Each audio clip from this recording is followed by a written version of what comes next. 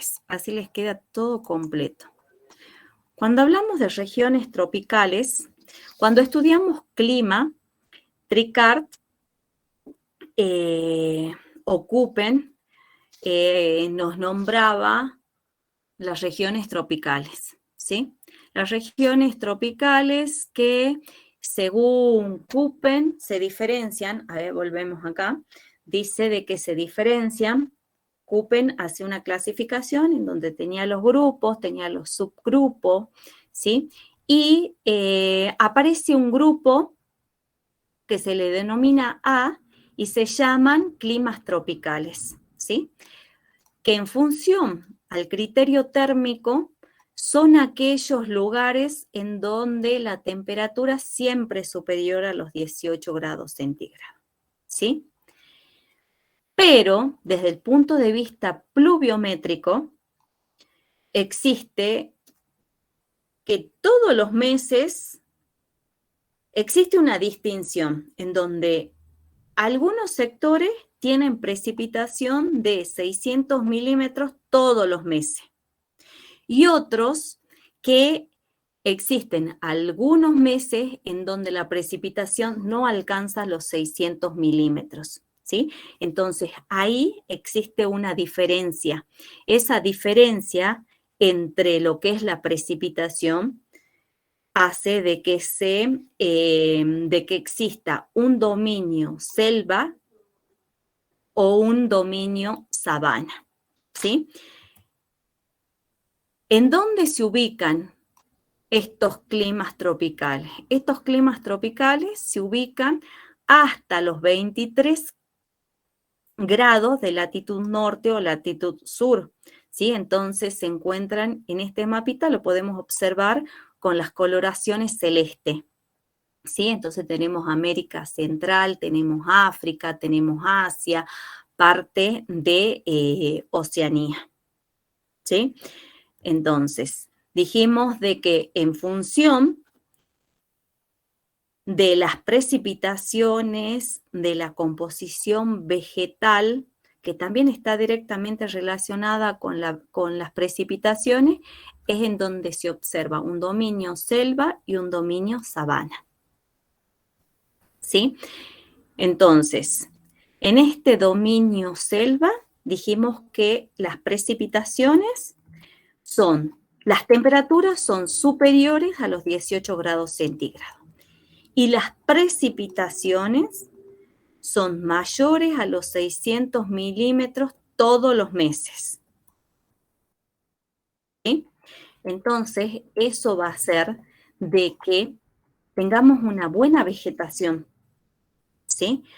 Va a ser de que el estrato arbóreo, el estrato arbustivo, el estrato herbáceo y las lianas estén presentes, ¿sí? Lo cual va a favorecer a las características del suelo. Entonces, esa vegetación le va a proporcionar la materia orgánica. Esa vegetación va a hacer que cuando se produzcan las precipitaciones no exista esa pérdida del material fino de los horizontes superficiales, ¿sí? Entonces, esa vegetación va a actuar como colchón, va a amortiguar el efecto de la caída de la gotita de lluvia. Si dijimos de que la precipitación es superior a los 600 milímetros todos los meses, entonces el agente morfogenético tiene que ser el agua, ¿sí? Nosotros estudiamos 3 agentes morfogenéticos: el viento, el hielo y el agua, ¿sí? Entonces acá el agente morfogenético es el agua. ¿Cuáles son los procesos morfogenéticos? ¿Sí? La meteorización física va a estar ausente.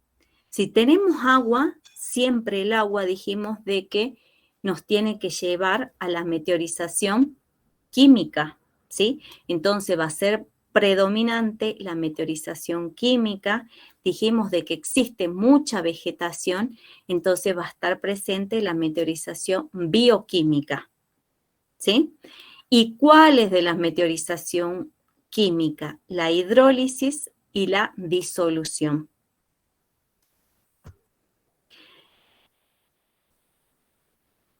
También existe, así como en la clase pasada o en la última clase que tuvimos de regiones secas, en estos ambientes también está presente la remoción en masa, ¿sí? Los procesos gravitacionales.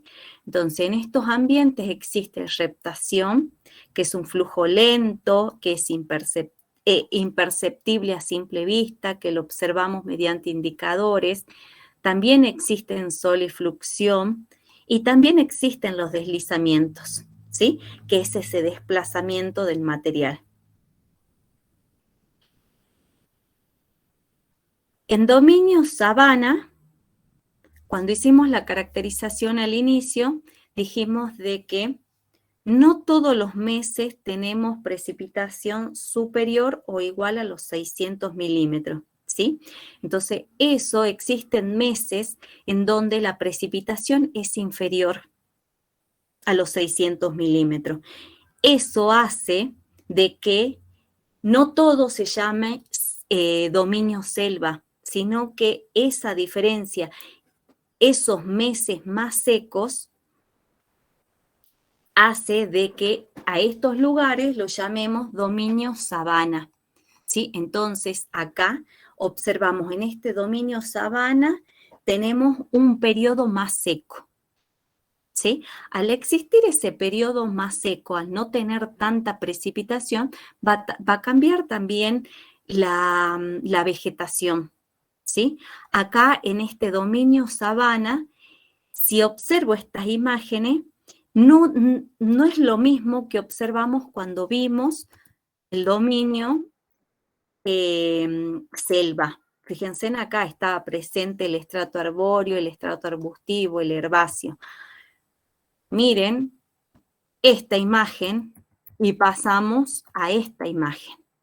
Entonces, el estrato herbáceo está presente, los árboles se encuentran presentes, pero están distribuidos. Entonces, existe una menos cantidad de árboles. Al no haber precipitación, al no haber una gran precipitación todos los meses, dijimos de que en este dominio nos encontramos con periodos más secos, ¿sí? Entonces, periodos secos en donde no se registra mucha precipitación.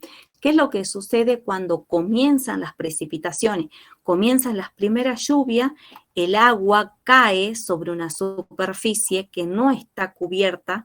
Entonces, acá tenemos, a comparación que en el dominio selva, el suelo está desprotegido, ¿sí? Entonces, las primeras lluvias van a caer sobre un suelo desprotegido, por lo tanto existe pérdida del material fino o el material de los primeros horizontes.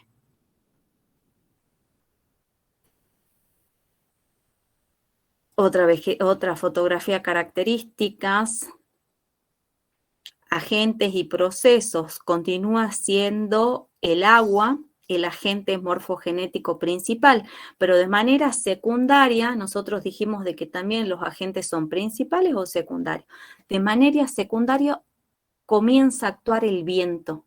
Tenemos ese periodo seco, entonces el viento actúa. Procesos morfogenéticos.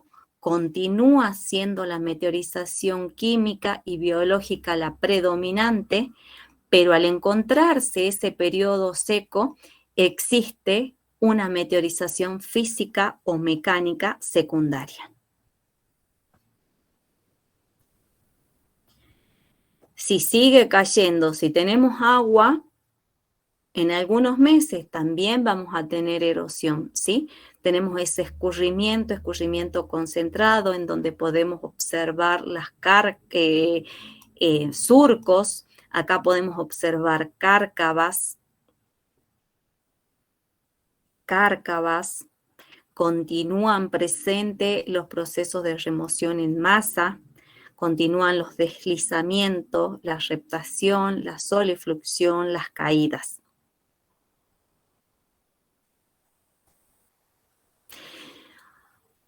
Estamos en esta zona en donde existe un periodo seco, ¿sí? Entonces, en ese periodo seco existe fluctuación del nivel freático, ¿sí? Entonces, no tenemos lluvia, no hay recarga de la freática, entonces comienza a bajar el nivel freático. En cambio, en un ambiente, en el otro dominio, en el dominio selva, siempre tenemos lluvia, siempre hay recarga. Entonces, no vamos a tener esa fluctuación. Vean entonces que esa diferencia de precipitación influye también en el suelo. Y ahora, tanto en selva como en sabana, creo que todos sabemos de las cataratas, ¿sí? Entonces, las cataratas, vemos las fotografías de corrientes, de emisiones de la parte de Brasil, vemos que existen unos saltitos, ¿sí? Entonces, eso se debe a la presencia o a la irregularidad de los perfiles longitudinales.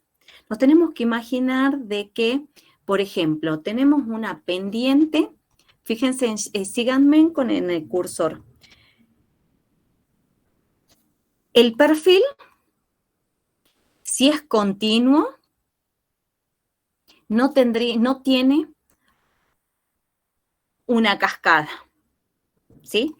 Cuando existe una discontinuidad, es decir, que viene así, baja y vuelve al perfil ese longitudinal. Esa bajada, ese salto, es lo que se denomina la cascada, ¿sí?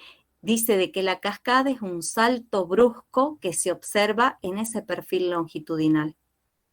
Y la unión de esas cascadas es lo que denominamos las cataratas. Y en esos, y también observamos lo rápido, ¿sí? Entonces, también vamos a observar en estos tipos de ríos las marmitas de gigante.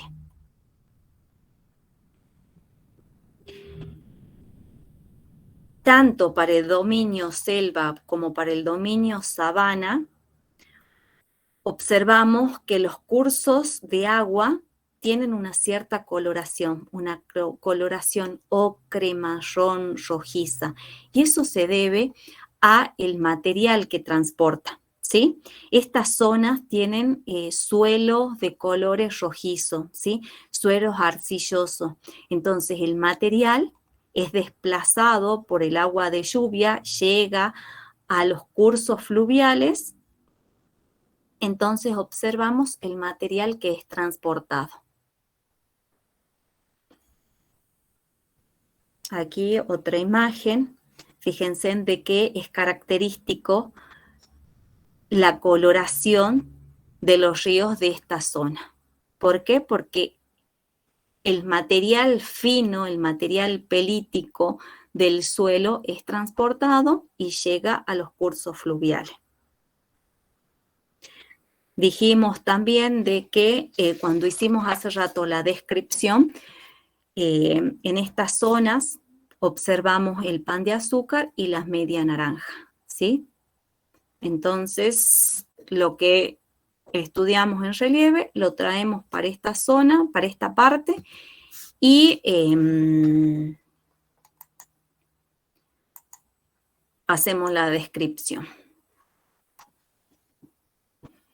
Muy bien. ¿Alguna pregunta? Profe, ¿cuál